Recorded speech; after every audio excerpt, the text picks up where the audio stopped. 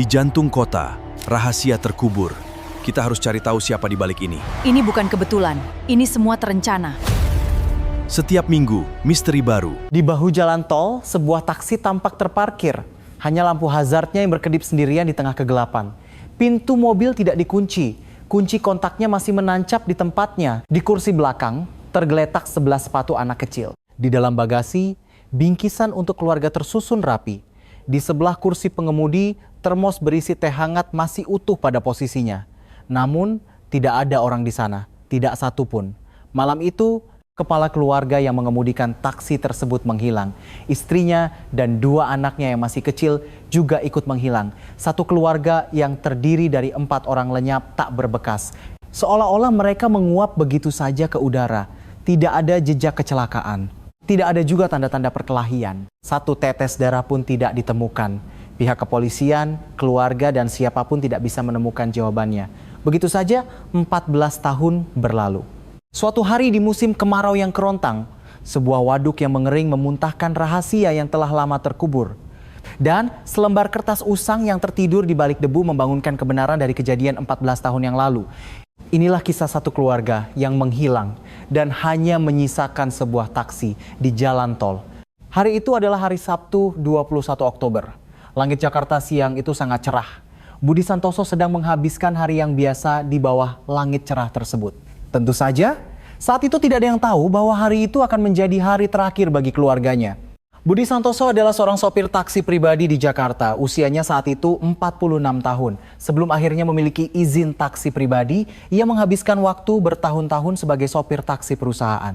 Ia memegang kemudi siang dan malam tanpa kenal lelah. Sedikit demi sedikit ia mengumpulkan uang hingga akhirnya bisa memiliki mobil sendiri. Taksi biru itu adalah harta paling berharga baginya setelah keluarganya. Budi adalah pria yang rajin. Ia selalu keluar dari garasi sebelum matahari terbit demi mendapatkan 1 atau 2 penumpang ekstra di pagi buta. Seluk-beluk gang di Jakarta sudah ia hafal di luar kepala. Jalan mana yang macet, jam berapa, dan kemana harus pergi untuk mendapatkan penumpang. Semua itu ia ketahui bukan dari pikiran, melainkan sudah menjadi insting tubuhnya. Para penumpang mengingatnya sebagai sopir yang ramah. Jika ada orang tua yang bertanya jalan, ia tak segan menghentikan mobilnya sejenak untuk menunjukkan arah. Keluarga Budi tinggal di sebuah permukiman lama di Jakarta. Rumahnya tidak besar, tetapi keluarga itu selalu dipenuhi tawa. Di halaman sempit mereka, pot-pot tanaman yang dirawat istrinya, Rinawati, berjejer rapi. Budi memiliki satu impian kecil, pindah ke rumah yang sedikit lebih besar bersama keluarganya. Karena anak-anaknya mulai tumbuh besar, mereka selalu kekurangan kamar. Demi impian itu, ia terus mengemudi dalam diam. Ia tak menolak menyusuri jalanan subuh demi mencari tambahan penghasilan. Tetangga-tetangganya menyebut Budi sebagai pria yang hidupnya hanya untuk keluarga. Hari itu, Budi pulang lebih awal dari biasanya. Waktu menunjukkan lewat jam makan siang. Keesokan harinya, hari Minggu, adalah hari acara syukuran besar. Seluruh keluarga besar dari pihak istri akan berkumpul setelah sekian lama. Keluarga Rina berada di sebuah desa di Jawa Tengah. Perjalanan dari Jakarta memakan waktu sekitar 3 hingga 4 jam. Setibanya di rumah, ia melihat istrinya sudah sibuk sejak pagi. Dapur dipenuhi aroma sedap masakan. Rina saat itu berusia 42 tahun. Ia adalah wanita yang cekatan dan sangat penyayang. Hari itu, ia sedang menyiapkan makanan terbaik untuk dibawa ke kampung halaman. Ia memasak rendang, menggoreng lauk pauk, dan menata kue kering rapi di dalam toples. Ia juga menyiapkan parsel buah-buahan. Maklum, ini adalah momen perjumpaan dengan tetua keluarga setelah sekian lama. Sambil sibuk di dapur, Rina terus melirik jam dinding. Ia khawatir jika harus berangkat malam hari. Berkendara jauh di jalan tol yang gelap selalu membuatnya cemas. Namun, Budi tersenyum menenangkan istrinya. Ia berkata, jalan itu sudah sangat sering ia lewati, bahkan dengan mata tertutup pun ia bisa sampai. Ia menyuruh keluarganya untuk tidur saja selama perjalanan dan menyerahkan kemudi padanya. Mendengar hal itu, Rina pun merasa tenang. Kemampuan mengemudi Budi memang tidak perlu diragukan lagi. Kedua anak mereka juga sangat bersemangat. Anak sulung mereka, Sari, adalah siswi SMP berusia 15 tahun. Karena sedang puber, ia biasanya pendiam. Namun, membayangkan akan bertemu sepupu-sepupunya di kampung, wajahnya terlihat ceria. Anak bungsu mereka, Bayu, adalah siswa SD berusia 11 tahun. Sejak pagi, Bayu tidak bisa duduk diam karena terlalu bersemangat. Ia mendengar kabar bahwa anjing di rumah pamannya baru saja melahirkan. Ia sudah berhari-hari merengek ingin membawa pulang 1 ekor anak anjing. Saat matahari mulai condong ke barat, keluarga itu bersiap untuk berangkat. Karena siang hari jalanan pasti macet, mereka memutuskan untuk makan malam terlebih dahulu dan berangkat malam hari. Budi yang menjadikan mengemudi sebagai profesi tahu betul bahwa itu adalah pilihan yang paling nyaman. Di bagasi, barang bawaan dan bingkisan ditata dengan rapi. Makanan dibungkus berlapis agar tetap hangat. Rina juga menyiapkan termos berisi teh hangat, khawatir keluarganya haus di tengah perjalanan malam. Di kursi belakang, kedua anak itu duduk berdampingan. Bayu membawa sebuah buku komik kesukaannya. Sari bersandar ke jendela sambil mendengarkan alunan musik pop dari radio yang sedang tren kala itu. Rina duduk di depan, memangku tas tangannya. Sebelum menyalakan mesin, Budi menyesuaikan kaca spion, sebuah kebiasaan lamanya.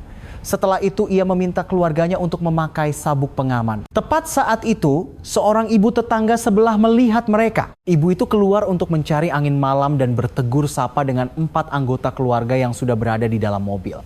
Saat ibu itu mengucapkan selamat jalan, Rina tersenyum cerah sambil melambaikan tangan. Bayu berteriak girang bahwa ia akan membawa pulang anak anjing. Sapaan malam yang biasa itu ternyata menjadi pemandangan terakhir dari keluarga Budi yang dilihat oleh tetangga tersebut. Di kemudian hari, ibu tetangga itu selalu mengelus dada setiap kali mengingat momen tersebut. Waktu menunjukkan sekitar pukul 9 malam.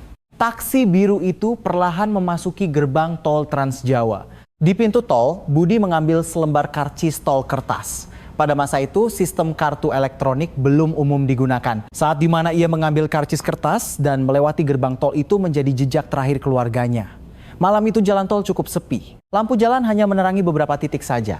Pada masa itu, kamera pengawas CCTV di jalan tol masih sangat jarang. Tidak ada mata yang mengawasi kemana mobil-mobil itu pergi atau di mana mereka berhenti. Kegelapan sangat pekat dan jalannya panjang. Taksi biru itu meluncur menembus kegelapan malam. Dan setelah itu tidak pernah lagi terlihat utuh oleh mata siapapun. Keesokan paginya, hari Minggu tiba. Di kampung halaman, keluarga besar sudah menunggu keluarga Budi sejak pagi buta. Namun, selama apapun mereka menunggu, keluarga itu tak kunjung tiba. Di telepon pun tidak ada jawaban. Kala itu telepon seluler baru mulai populer. Budi memiliki 1 ponsel kecil, namun ponsel itu mati, nada sambung pun tidak terdengar. Awalnya keluarga di kampung berpikir mungkin mereka terjebak macet. Namun seiring berjalannya waktu, kekhawatiran mulai memuncak. Jika mereka benar-benar berangkat semalam, perjalanan seharusnya hanya memakan waktu beberapa jam saja. Karena hingga pagi menjelang tak ada kabar, keluarga di kampung mulai mencari informasi ke arah Jakarta. Jantung mereka berdebar kencang, takut terjadi sesuatu di jalan. Tepat pada waktu yang sama, di bahu jalan tol, sebuah taksi biru tampak terparkir. Lampu hazardnya terus berkedip. Awalnya tidak ada yang memperhatikan, karena mobil berhenti di bahu jalan adalah hal yang lumrah.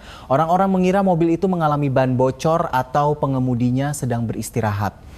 Orang pertama yang merasa curiga dengan taksi tersebut adalah petugas patroli jalan tol.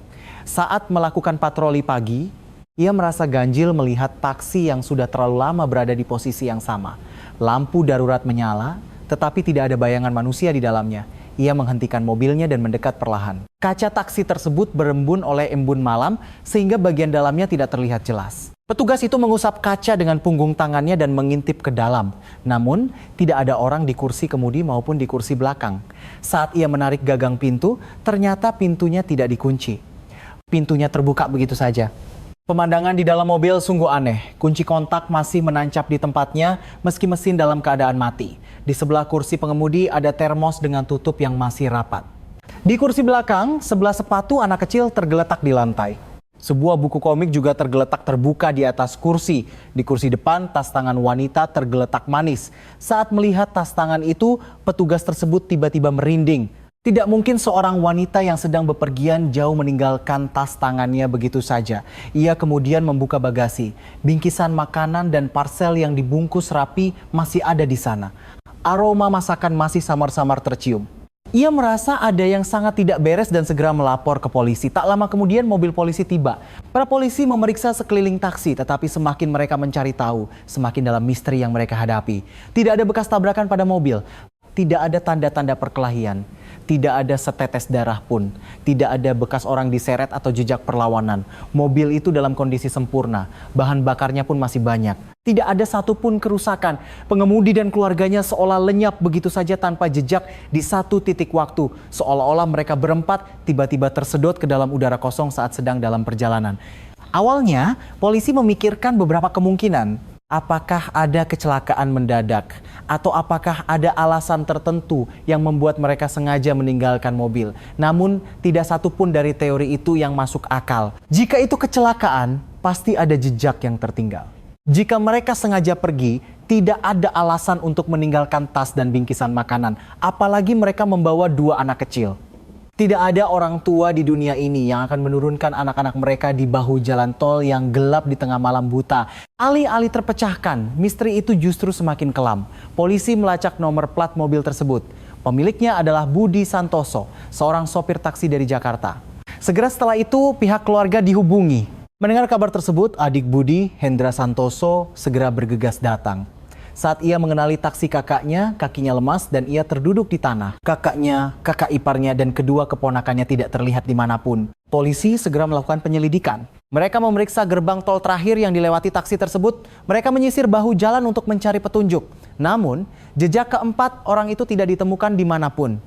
Mereka juga mencari di rumah sakit terdekat dan sepanjang jalan hasilnya tetap nihil. Seakan-akan memang tidak pernah ada siapapun di sana sejak awal. Hendra menelepon ponsel kakaknya berkali-kali. Namun yang terdengar hanyalah suara operator mesin yang dingin. Hari itu, yang tersisa di bahu jalan hanyalah sebuah taksi biru bersama jejak kecil dari sebuah keluarga biasa di dalamnya. Teh yang dulunya hangat perlahan menjadi dingin. Lampu hazard terus berkedip seolah menunggu seseorang datang dan memberikan jawaban. Namun hari itu tidak ada yang tahu jawabannya. Keempat orang itu menghilang, meninggalkan taksi mereka di atas jalan tol.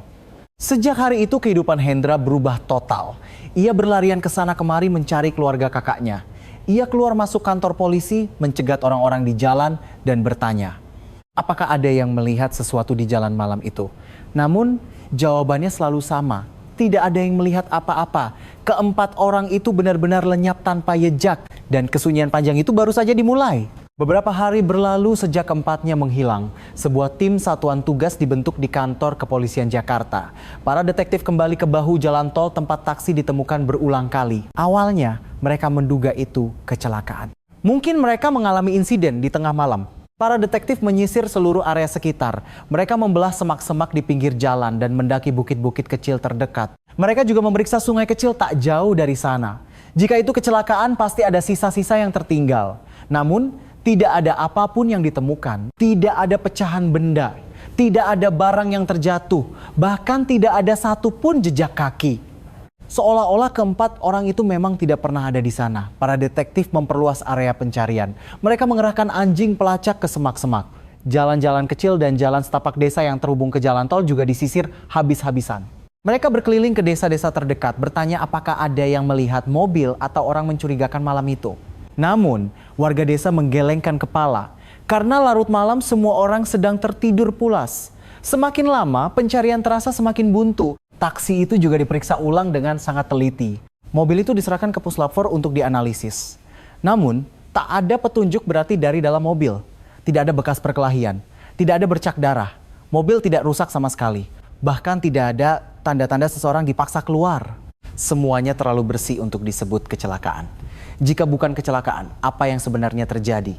Karena tidak ada jawaban, rumor mulai beredar di masyarakat. Ada yang bilang Budi membawa kabur keluarganya diam-diam di malam hari karena terlilit utang. Masa itu adalah saat di mana kondisi ekonomi negara sedang sulit. Tidak jarang ada keluarga yang melarikan diri semalaman karena dikejar utang. Rumor itu menyebar dengan cepat. Sesama sopir taksi dan tetangga juga membicarakan hal yang sama.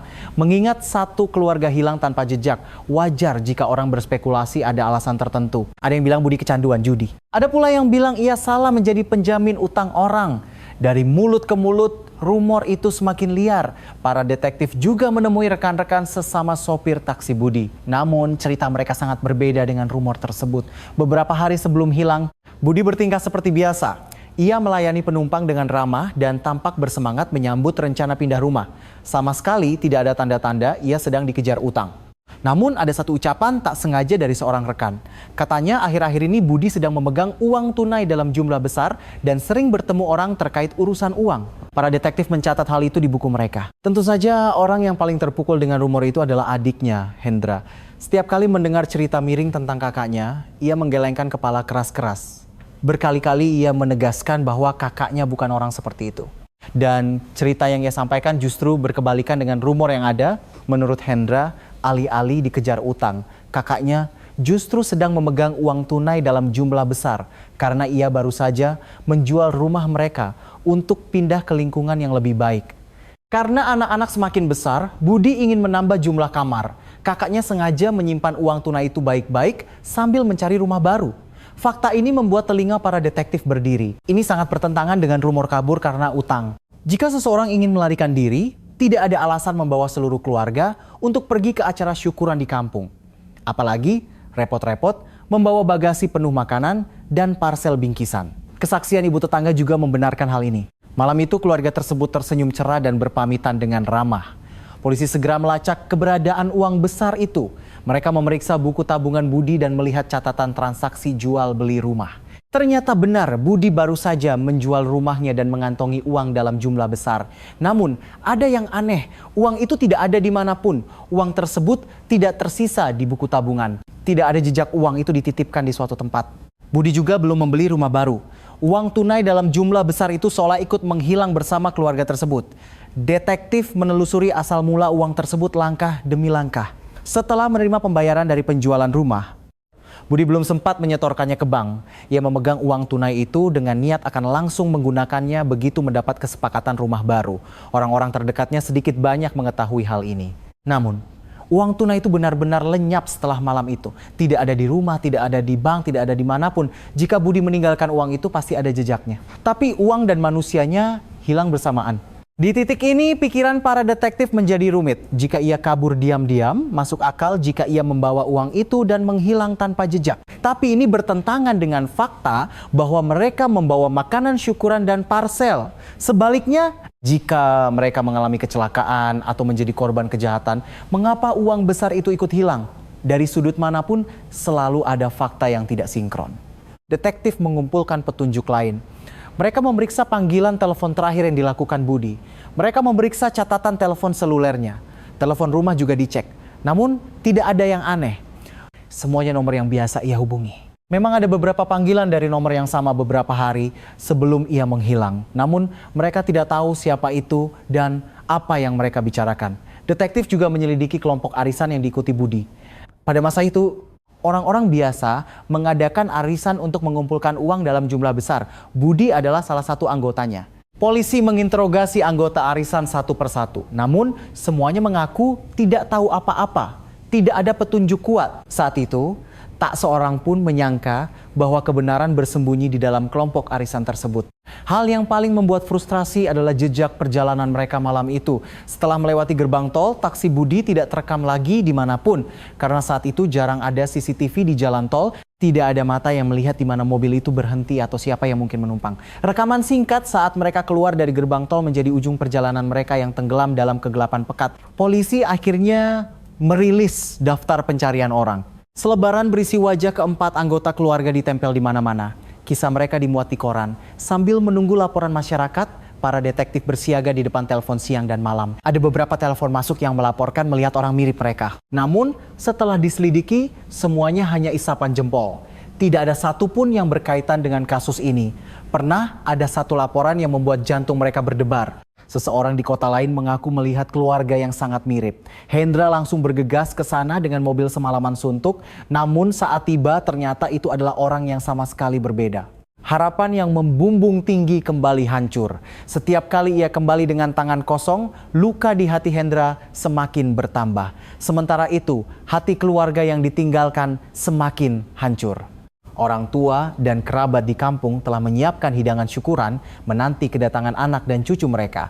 Namun hingga akhir tak seorang pun datang. Ibu mertua Rina jatuh sakit dan tak pernah bisa bangun dari tempat tidurnya sejak hari itu. Di sekolah Bayu, ada satu meja kosong yang dibiarkan begitu saja untuk waktu yang lama. Teman-teman Sari merindukan sahabat mereka yang menghilang tanpa alasan. Setiap hari raya tiba, ketidakhadiran mereka semakin terasa menyiksa. Seharusnya mereka berkumpul bersama, namun 4 kursi selalu kosong. Keluarga besar bahkan tak sanggup lagi menyebut nama Budi. Mereka hanya bisa menghela napas panjang dalam diam. Ada yang mencoba menghibur diri dengan berkata, mungkin mereka hidup bahagia di suatu tempat. Namun, tak ada seorang pun yang benar-benar mempercayainya. Hendra mengorbankan segalanya demi mencari keluarga kakaknya. Pekerjaannya terbengkalai, ia turun ke jalan membawa setumpuk selebaran. Ia menyusuri setiap rest area dan pasar hingga kakinya lecet. Ia mencegat siapapun yang ia temui, bertanya apakah mereka melihat sesuatu di malam kejadian, namun jawabannya selalu sama, tidak ada yang tahu. Musim berganti, musim panas berlalu, musim hujan kembali datang. Selama itu, tim Satuan Tugas Polisi mulai menyusut. Awalnya banyak detektif yang ditugaskan, tapi seiring berjalannya waktu, hanya tersisa 1 atau 2 orang. Tanpa petunjuk baru, itu adalah hal yang tak terhindarkan. Kasus ini mulai memudar dari ingatan masyarakat. Dan pada akhirnya, kasus ini mendapat stempel berat sebagai kasus dingin yang belum terpecahkan. Namun, Hendra tidak menyerah. Ia terus mendatangi kantor polisi dan memohon. Ia memohon agar mereka tidak melupakan keluarga kakaknya. Setiap kali detektif yang menangani kasus ini diganti, ia akan menceritakan kisahnya dari awal. Ia bahkan membawa tumpukan dokumen tebal kemana-mana. Di dalamnya berisi foto-foto keluarga kakaknya dan catatan kejadian malam itu yang disusun rapi. Itu adalah catatan penyelidikan kecil yang disusun sendiri oleh Hendra. Namun, ada satu ganjalan yang tak pernah hilang dari benak para detektif, yaitu uang tunai dalam jumlah besar itu. Jika bukan melarikan diri dan bukan kecelakaan biasa, mengapa uang itu ikut hilang? Ada satu pertanyaan lagi yang mengikutinya. Berapa banyak orang yang tahu bahwa Budi sedang memegang uang besar? Penjualan rumah dan rencana pindah hanya diketahui oleh beberapa orang terdekat. Detektif memikirkan orang-orang terdekat itu, keluarga, dan orang-orang yang berhubungan uang dengan Budi. Namun, tanpa bukti nyata, mereka tidak bisa sembarangan mencurigai orang. Karena tak ada bukti, kecurigaan itu hanya melayang-layang di udara. Pada akhirnya, simpul misteri itu terkubur oleh debu waktu, tak terpecahkan. Rahasia itu tidak mendapat jawaban untuk waktu yang sangat lama. Seiring berjalannya waktu, kasus ini memudar dari ingatan orang. Namun, bayangan dari uang besar yang hilang tak pernah terhapus. Pasti ada seseorang yang mengetahui keberadaan uang itu. Bayangan tersebut bersembunyi dalam kegelapan, menunggu seseorang menyalakan lampu kembali. Kebenaran tidaklah menghilang, ia hanya tenggelam dalam-dalam. Menemukan siapa seseorang itu menjadi tugas untuk masa depan yang masih jauh. Waktu berlalu tanpa ampun. Tahun demi tahun berlalu sejak kasus ini ditutup. Bahu jalan tol tempat taksi biru itu ditemukan kini sudah ditumbuhi ilalang liar. Orang-orang yang melintasi jalan itu sudah benar-benar lupa bahwa pernah ada kejadian tragis di sana. Namun bagi satu orang, waktu telah berhenti. Hendra tak pernah berhenti mencari keluarga kakaknya sedetik pun. Saat kejadian, ia berusia 43 tahun. Namun seiring berjalannya waktu, rambutnya memutih. Saat mencari kakaknya, ia sendiri sudah memasuki usia 50-an. Bisnisnya hancur dan ekonominya terpuruk. Meski begitu, ia selalu membawa selebaran bergambar wajah keluarga kakaknya di sakunya. Selebaran itu memudar termakan waktu. Setiap kali kertas itu rusak, Hendra mencetak yang baru. Keluarga kakaknya di dalam foto tak pernah menua. Hanya tangan Hendra yang memegangnya yang semakin keriput. Ia membagikan selebaran itu di rest area dan terminal bus. Ada yang menerima, ada pula yang membuang muka. Namun, Hendra tak pernah berhenti. Jika ada satu orang saja yang mengingat keluarga kakaknya, ia merasa itu sudah cukup. Pencarian itu perlahan menjadi seluruh tujuan hidupnya. Setiap kali hari libur panjang tiba, Hendra selalu mendatangi jalan itu, jalan yang dilewati kakaknya di malam kejadian. Ia memarkir mobilnya di bahu jalan dan berdiri di sana untuk waktu yang lama. Matanya kosong menatap mobil-mobil yang melintas. Berpikir, mungkinkah di antara mobil-mobil itu kakaknya sedang dalam perjalanan pulang. Meski ia tahu itu sia-sia, ia tak bisa dengan mudah beranjak dari sana. Para tetua di keluarga mereka satu persatu meninggal dunia. Ibu mertua Rina tak pernah bisa pulih dari keterkejutan kehilangan anak perempuannya. Setelah terbaring sakit selama bertahun-tahun, ia menghembuskan napas terakhir tanpa sempat melihat wajah putrinya lagi. Di saat-saat terakhirnya, sang ibu terus menatap ke arah pintu depan, berharap tiba-tiba putrinya dan keluarganya akan melangkah masuk. Melihat pemandangan itu, kerabat yang hadir tak kuasa menahan tangis. Mengingat dua anak yang hilang itu membuat hati orang-orang semakin hancur. Andai Sari masih hidup, ia pasti sudah menjadi gadis dewasa berusia awal 20-an. Bayu mungkin sudah duduk di bangku SMA, bocah kecil yang merengek meminta anak anjing itu. Namun, waktu untuk kedua anak itu terhenti di malam tersebut. Di buku tahunan sekolah Bayu, tempat fotonya dibiarkan kosong. Teman-teman Sari sudah tumbuh dewasa dan mengambil jalan hidup masing-masing. Ada yang masuk universitas, ada yang sudah menikah. Teman-teman bermain bola Bayu kini sudah tumbuh tinggi menjadi pemuda. Setiap kali melihat anak-anak itu tumbuh besar, dada Hendra terasa sesak. Andai keponakanku masih hidup, mereka pasti sudah sebesar itu, batinnya. Waktu kedua anak itu yang membeku membuat luka di hatinya semakin perih. Selama bertahun-tahun, satu kecurigaan semakin jelas di benak Hendra, yaitu tentang uang tunai besar yang dipegang kakaknya. Kakaknya memegang uang tunai hasil penjualan rumah. Uang itu menghilang tanpa jejak bersama keluarganya. Itu berarti pasti ada orang yang tahu soal uang itu. Bukan sembarang orang yang bisa mengetahui hal privasi semacam itu. Hendra berpikir keras. Orang yang tahu kakaknya menjual rumah tidak banyak. Rencana pindah rumah juga hanya rahasia segelintir orang. Jika mengesampingkan keluarga, yang tersisa hanyalah orang-orang yang berhubungan uang dengan kakaknya. Dan di antara mereka, ada satu kelompok yang selalu mengganjal di hati Hendra, yaitu kelompok arisan kakaknya. Di masa itu, orang-orang berkumpul dalam kelompok arisan untuk mengumpulkan uang. Mereka menyetor sejumlah uang setiap bulan dan saat gilirannya tiba, mereka akan mendapatkan uang dalam jumlah besar. Budi juga mengikuti arisan semacam itu bersama orang-orang di lingkungannya. Anggota arisan biasanya mengetahui kondisi ekonomi satu sama lain. Siapa yang sedang butuh uang, siapa yang sedang punya uang banyak, secara alami akan terdengar di sana. Arisan itu diadakan sebulan sekali di sebuah rumah makan kecil di lingkungan mereka. Mereka duduk bersama, makan, mengumpulkan uang, dan saling bertukar kabar. Siapa yang anaknya lulus ujian? Siapa yang baru buka warung?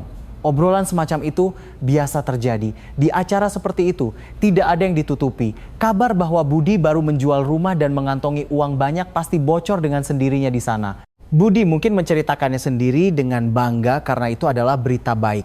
Hendra kembali membuka buku catatan kecil peninggalan kakaknya. Di sana tertulis nama-nama anggota kelompok arisan. Ia memperhatikan nama-nama itu satu persatu. Sebagian besar adalah warga lingkungan biasa yang sudah lama ia kenal. Namun ada satu nama yang terus menarik perhatiannya. Agus Setiawan. Agus adalah anggota di kelompok arisan yang sama dengan kakaknya. Usianya beberapa tahun lebih muda dari Budi. Hendra pernah beberapa kali melihat wajahnya. Ia orang yang pendiam dan selalu terlihat seperti sedang dikejar sesuatu. Saat itu, beredar rumor bahwa Agus sedang terjerat utang dalam jumlah besar. Di arisan, ia sering kesulitan menyetor uang dan mengeluh kesusahan. Fakta ini terus mengganggu pikiran Hendra. Belakangan ia mendengar bahwa kondisi Agus saat itu sangat memprihatinkan. Usaha yang ia rintis bangkrut satu persatu. Ia meminjam uang ke sana kemari, tapi utangnya malah membengkak seperti bola salju. Ia sudah menarik uang arisannya, tapi bulan berikutnya tak mampu menyetor hingga kelabakan. Namun entah bagaimana, suatu hari ia tiba-tiba melunasi semua utangnya. Orang-orang yang tahu kondisinya sangat keheranan dari mana ia mendapatkan uang sebanyak itu. Namun saat itu tak ada yang bertanya lebih jauh. Sayangnya ini saja tidak cukup untuk menuduh seseorang. Ada banyak orang yang berutang di dunia ini. Apalagi tak pernah ada perselisihan antara Agus dan Budi. Di luar, mereka hanya rekan satu arisan biasa. Tak ada bukti fisik sedikit pun. Hendra menulis nama itu di buku catatannya. Berharap suatu saat nanti ada seseorang yang akan menyelidikinya. Hendra membawa nama itu ke kantor polisi. Ia memohon agar mereka kembali memeriksa kelompok arisan itu. Namun polisi juga serba salah. Mereka tidak bisa memanggil seseorang hanya bermodal kecurigaan kosong. Apalagi sudah terlalu banyak waktu yang berlalu. Catatan dari masa itu sudah usang, ingatan orang-orang pun sudah memudar. Permohonan Hendra bagai gema yang menguap ke udara. Sementara itu, Agus telah menghilang dari lingkungan tersebut. Tak lama setelah kejadian hilangnya keluarga Budi, Agus pindah. Saat Hendra baru mengetahui hal itu, jejak Agus sudah raib entah kemana. Tak ada yang tahu kemana ia pergi. Hanya satu hal yang disepakati oleh semua warga. Agus pergi tak lama setelah melunasi semua utangnya. Waktu kepergian Agus juga sangat mencurigakan. Itu terjadi hanya beberapa bulan setelah insiden tersebut. Ia membereskan rumah kontrakannya dan pergi tanpa memberitahu tujuannya kepada siapapun. Bahkan ia tidak berpamitan kepada anggota arisan yang dekat dengannya. Seakan-akan ia melarikan diri dari sesuatu dengan tergesa-gesa.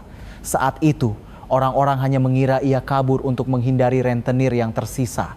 Tapi jika utangnya sudah lunas, apa yang ia takutkan sampai harus lari secepat itu? Menyadari kejanggalan ini belakangan, tulang punggung Hendra merinding. Kenyataan itu membekukan hatinya. Seseorang yang dikejar utang tiba-tiba melunasi semuanya lalu menghilang, tak ada yang tahu dari mana uang itu berasal. Di kepala Hendra, bayangan uang tunai kakaknya yang hilang dan utang, Agus yang lunas terus saja tumpang tindih. Namun, semua itu hanya sebatas dugaan. Ia tak bisa berbuat apa-apa hanya dengan asumsi. Seiring berjalannya waktu, bayangan lain terus menghantui Hendra, yaitu masa kedaluarsa kasus, masa daluarsa penuntutan. Dalam hukum, masa kedaluarsa untuk kasus pembunuhan adalah 15 tahun. Jika 15 tahun berlalu sejak kejadian, pelakunya tidak bisa lagi dituntut secara hukum meskipun akhirnya ditemukan. Karena kejadian ini terjadi pada tahun 2000, tenggat waktunya akan jatuh pada tahun 2015. Setiap kali melihat kalender, dada Hendra terasa sesak. Seiring berjalannya waktu, kebenaran semakin jauh, sedangkan dinding masa kedaluarsa semakin dekat. Jika kebenaran tidak terungkap sebelum waktu itu tiba, keluarga kakaknya akan selamanya tertutup ketidakadilan. Meskipun pelakunya ada, ia akan dibiarkan hidup bebas tanpa hukuman. Memikirkan hal itu membuat Hendra tak bisa tidur nyenyak. Ia ingin kasus ini kembali dibuka sebelum masa kedaluarsanya habis. Namun sebagai rakyat biasa, tak banyak yang bisa ia lakukan. Ia hanya bisa terus-menerus mengetuk pintu kantor polisi, memohon agar mereka tak melupakan keluarga kakaknya dan menengok kasus itu sekali lagi sebelum terlambat. Beberapa detektif yang bersimpati akan menggenggam tangannya dengan iba. Namun, membuka kembali kasus dingin tanpa adanya bukti baru bukanlah hal yang mudah. Hendra hanya bisa merasakan dengan pedih bahwa waktu tidak berpihak padanya. Meski begitu, ia tak melepaskan harapannya. Ia menyusun rapi buku catatan kakaknya dan semua catatan dari hari kejadian. Ia berharap suatu saat nanti ada seseorang yang bersedia melihat kasus ini lagi. Ia menyimpannya erat-erat menunggu waktu itu tiba. Meskipun ia hanya orang biasa dengan keterbatasan, ia merasa ini adalah satu-satunya hal yang bisa ia lakukan untuk keluarga kakaknya. Beberapa tahun pun berlalu, kasus itu tetap tenggelam dalam kegelapan. Orang-orang hampir melupakan keluarga malang itu. Nama Agus Setiawan hanya tertinggal sendirian di dalam buku catatan usang Hendra. Namun, kebenaran memiliki jalannya yang misterius. Sedalam apapun kau menguburnya, ia akan muncul ke permukaan suatu hari nanti. Sama seperti batu di dasar danau yang akan terlihat saat airnya surut, kebenaran yang disembunyikan akhirnya akan menemukan cahayanya. Dan momen itu datang dari arah yang tak terduga. Musim kemarau panjang melanda tahun itu, hujan tak turun untuk waktu yang sangat lama. Tanah retak-retak dan debit air di waduk mulai menyusut drastis. Awalnya, masyarakat hanya mengkhawatirkan gagal panen. Banyak yang takut sawah, mereka mengering dan sumber air bersih habis. Tak ada yang menyangka bahwa tanah yang kerontang itu akan memuntahkan rahasia yang telah disimpannya selama 14 tahun. Tidak ada yang menduganya. Momen yang sangat ditunggu-tunggu oleh Hendra akhirnya berada di depan mata. Saat itu, musim kemarau tahun 2014. Di sebuah ruangan di markas kepolisian daerah Jakarta, seorang detektif sedang membolak-balik tumpukan berkas tua. Ia adalah Inspektur Surya. Kala itu ia sedang ditugaskan untuk meninjau kembali kasus-kasus dingin yang telah lama tertunda. Di antara kotak-kotak berkas yang berdebu ada satu kasus yang menarik perhatiannya, yaitu kasus hilangnya sebuah keluarga yang hanya menyisakan sebuah taksi di jalan tol 14 tahun yang lalu. Inspektur Surya adalah seorang detektif berpengalaman yang telah banyak makan asam garam. Namun, kasus hilangnya satu keluarga tanpa jejak ini membuatnya tak bisa tidur nyenyak. Ada sesuatu yang sangat mengganjal di hatinya. Saat menangani kasus dingin, ia memiliki satu prinsip, mendahulukan kasus yang masa kedaluarsanya hampir habis. Karena jika masa itu lewat, polisi tak akan bisa bertindak apa-apa. Berdasarkan prinsip itulah, kasus ini sampai ke tangannya. Surya membuka lembaran dokumen itu satu persatu. Semakin ia membacanya, hatinya semakin berat. 2 orang dewasa dan 2 anak kecil, seluruh keluarga lenyap tak berbekas. Namun tidak ada petunjuk apapun. Tidak ada jejak kecelakaan, tidak ada tanda-tanda kejahatan. Kasus itu tertidur begitu saja. Di sela-sela berkas terdapat catatan yang telah dikumpulkan bertahun-tahun oleh adik korban Hendra Santoso. Hal yang paling mengkhawatirkan bagi Surya adalah waktu. Masa kedaluarsa kasus pembunuhan adalah 15 tahun. Karena kejadiannya terjadi pada bulan Oktober tahun 2000, waktunya hanya tersisa kurang lebih 1 tahun lagi. Jika pelakunya tak ditemukan sebelum tenggat waktu itu, semuanya akan terkubur selamanya. Surya merasa terdesak. Pertarungan melawan waktu telah dimulai. Tepat pada saat itu, sebuah berita mengejutkan datang. Tengkorak manusia ditemukan di sebuah waduk di desa Jawa Tengah. Kemarau tahun itu memang sangat ekstrem. Hujan yang tak kunjung turun membuat air waduk surut hingga ke dasarnya. Saat air menyusut, dasar waduk yang selama ini terendam akhirnya menampakkan diri. Dan dari balik lumpur itulah tulang belulang manusia muncul ke permukaan. Orang pertama yang menemukannya adalah seorang kakek warga desa setempat. Saat ia sedang memeriksa dasar waduk yang surut, ia melihat sesuatu tertanam di lumpur. Awalnya ia mengira itu tulang hewan. Namun saat diperhatikan lebih saksama, itu adalah tulang manusia. Dan bukan hanya satu orang. Tulang dari beberapa orang saling bertumpuk di satu tempat. Kakek yang terkejut itu segera melapor ke polisi. Setelah menerima laporan, polisi bergegas ke lokasi. Dasar waduk itu penuh lumpur yang membuat kaki amblas. Para petugas dengan hati-hati mengevakuasi tulang belulang tersebut. Karena terendam air selama bertahun-tahun, tulang-tulang itu telah berubah warna menjadi kehitaman. Namun, bentuknya masih bisa dikenali. Ada juga barang-barang yang ditemukan bersamaan dengan tulang tersebut. Potongan pakaian yang sudah lapuk dan 11 sepatu anak kecil. Bukan sepatu orang dewasa, melainkan sepatu anak-anak. Melihat hal itu, para polisi seketika terdiam dalam duka. Mendengar kabar tersebut, Inspektur Surya seperti ditarik oleh kekuatan tak kasat mata menuju lokasi kejadian. Lokasi waduk tersebut terus mengganggu pikirannya. Pasalnya, waduk itu berada di jalur menuju desa tempat tinggal keluarga Rina. Jalur yang dilewati oleh taksi Budi Santoso malam itu. Jantung Surya berdebar kencang, pikiran jangan-jangan melintas di benaknya. Kerangka yang ditemukan segera dipindahkan ke Pusat Laboratorium Forensik Polri, Puslap 4. Para ahli di sana memulai analisis mendalam. Mereka memeriksa kondisi tulang dan memperkirakan berapa lama tulang itu terkubur. Kerangka itu terdiri dari 4 orang, 2 orang dewasa dan 2 anak-anak. Jumlah itu sangat pas dengan keluarga Budi yang hilang.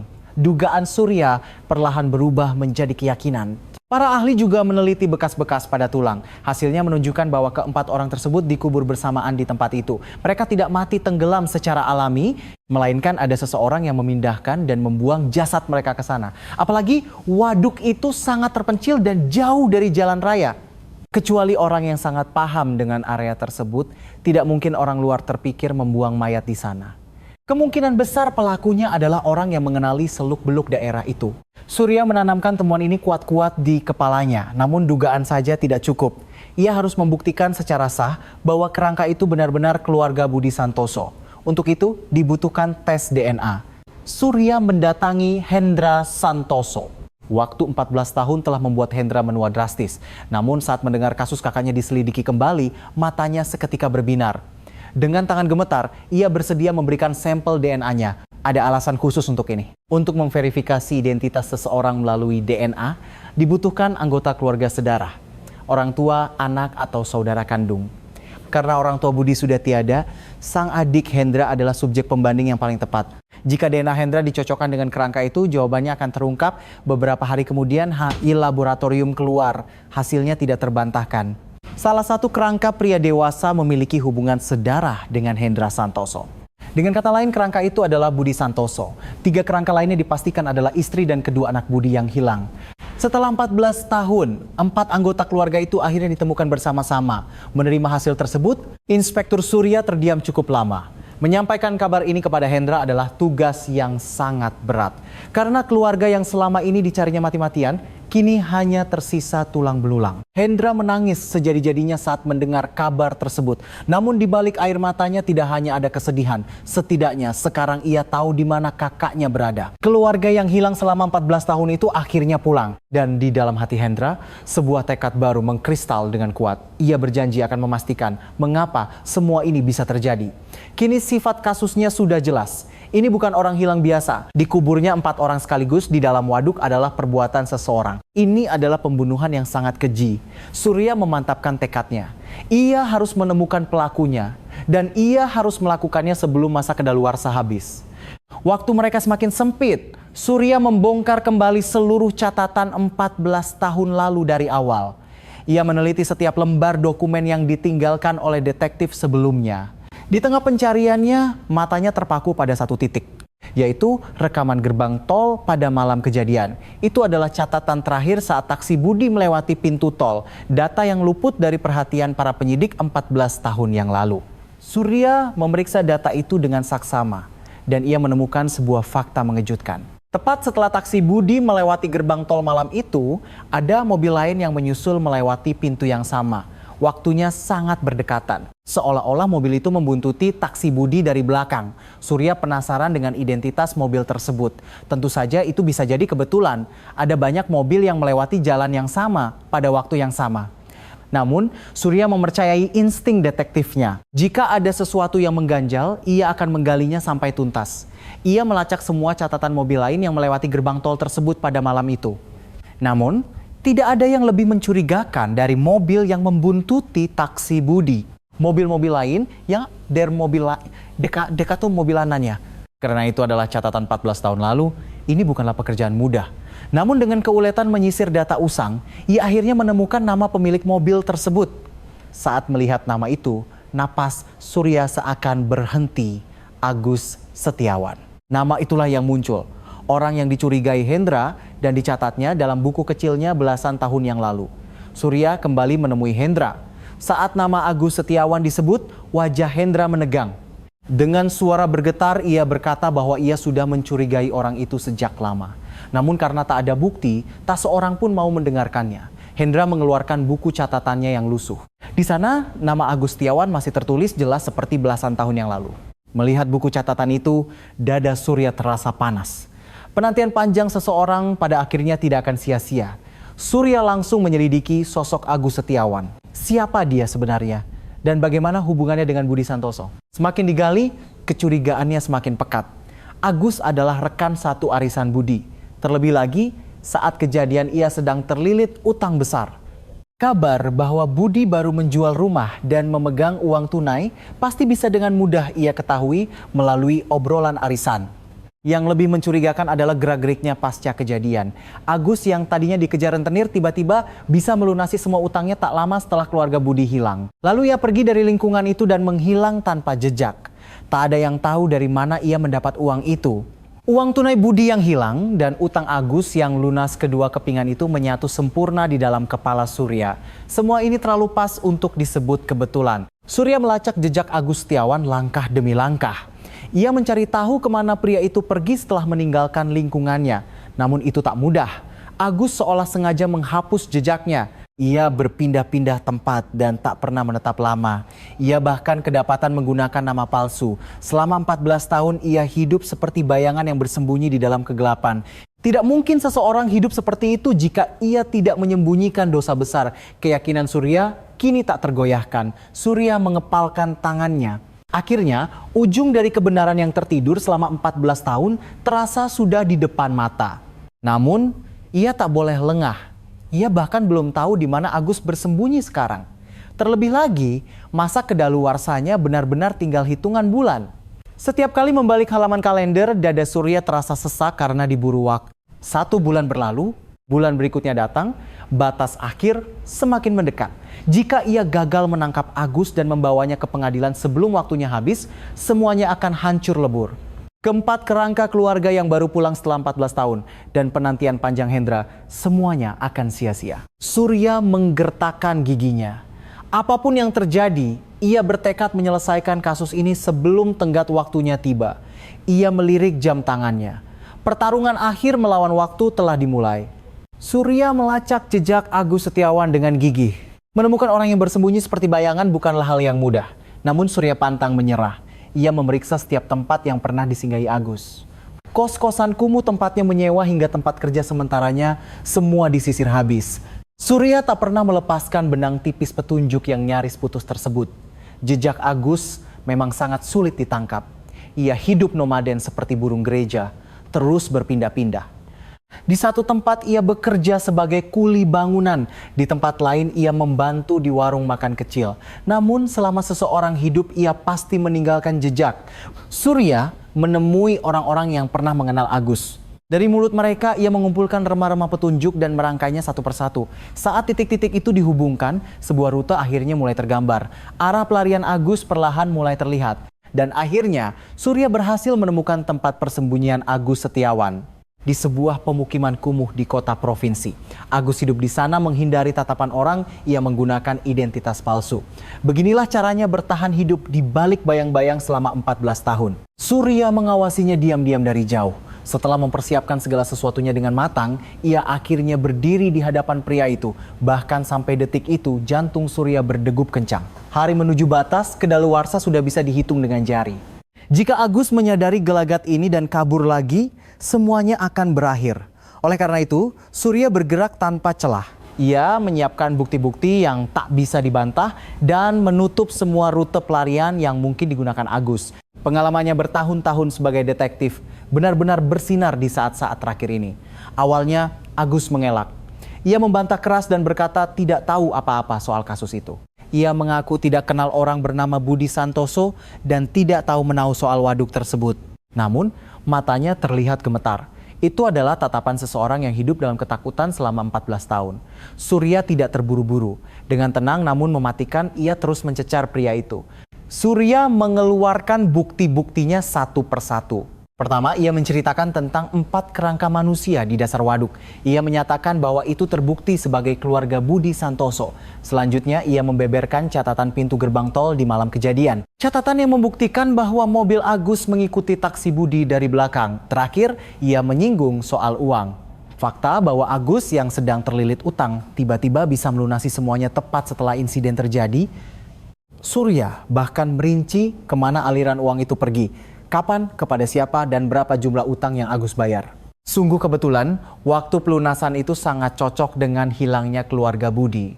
Seseorang yang tercekik utang tiba-tiba memegang uang dalam jumlah masif dalam semalam. Namun, tak ada yang bisa menjelaskan dari mana uang itu berasal.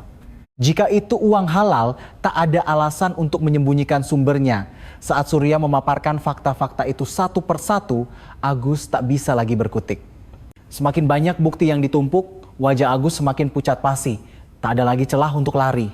Setelah membisu cukup lama, pria itu akhirnya menundukkan kepalanya. Dan cerita yang ia pendam selama 14 tahun perlahan-lahan mulai keluar dari mulutnya. Kesunyian yang mencekam memenuhi ruangan interogasi yang sempit itu. Agus terdiam cukup lama sebelum memulai. Ia berkali-kali membuka mulut namun menelannya kembali. Membongkar rahasia yang mengimpitnya selama 14 tahun adalah beban yang luar biasa berat. Surya tak mendesaknya, ia hanya menunggu dengan sabar.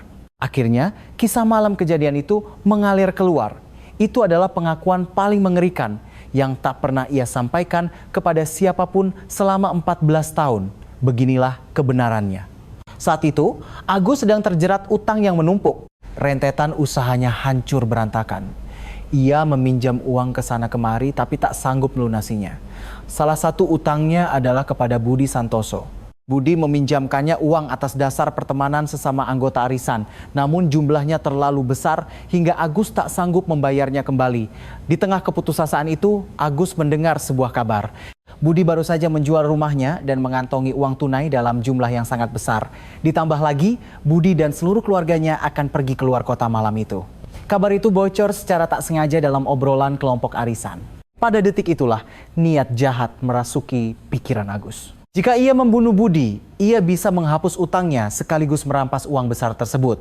Malam itu, Agus membuntuti taksi Budi dari kejauhan. Saat taksi yang ditumpangi satu keluarga itu memasuki jalan yang sepi, ia memacu mobilnya untuk menyejajarkan diri. Ia berpura-pura sedang dalam keadaan darurat dan meminta Budi menghentikan taksinya. Budi sama sekali tak menaruh curiga pada rekan arisannya itu. Malah ia menyapanya dengan ramah. Ia hanya bertanya dengan khawatir ada urusan apa hingga Agus menghentikannya. Agus beralasan meminta bantuan navigasi jalan dan mengarahkan Budi ke tempat yang sepi. Dan di tempat sepi itulah Agus melakukan tindakan yang terlalu keji untuk diucapkan dengan kata-kata. Semuanya demi menghapus utang dan merebut uang tunai. Budi, istrinya Rina yang duduk di sampingnya, serta kedua anaknya yang masih kecil di kursi belakang, tak satu pun dari mereka bisa menghindar dari petaka itu. Bayu yang sedang gembira ingin membawa anak anjing, juga Sari yang antusias ingin bertemu sepupunya. Keempat nyawa satu keluarga itu dihabisi pada malam itu juga. Setelah melakukan pembantaian, Agus memutar otak untuk menghilangkan jejak. Ia memindahkan keempat mayat itu ke dalam mobilnya. Lalu ia mengemudi menuju waduk terpencil yang sudah sangat ia kenal. Sejak kecil ia sering bermain di area tersebut sehingga ia tahu betul seluk-beluknya. Di waduk yang tak terjamah manusia itulah, ia menguburkan mereka berempat. Dan ia merampas seluruh uang tunai yang dibawa oleh Budi. Terakhir ia membuat satu tipu muslihat lagi. Ia membawa taksi Budi dan memarkirnya di bahu jalan tol. Kunci kontak dibiarkan menancap dan lampu hazard dinyalakan. Ia merekayasa tempat kejadian seolah-olah keluarga itu dengan sengaja meninggalkan mobil mereka dan menghilang. Ia menciptakan ilusi sempurna agar polisi mengira mereka kabur dari utang atau menjadi korban kecelakaan yang membingungkan. Sandiwara itu sukses mengelabui dunia selama 14 tahun. Jika dipikir-pikir, tipu muslihat itu sangatlah licik. Taksi utuh yang dibiarkan di pinggir jalan berhasil mengalihkan pandangan semua orang. Itulah mengapa pada awalnya polisi sempat mengira kecelakaan, lalu berubah menjadi dugaan kabur diam-diam. Keahliannya memarkir mobil tanpa meninggalkan setetes darah pun telah menutupi wujud asli dari kejahatannya.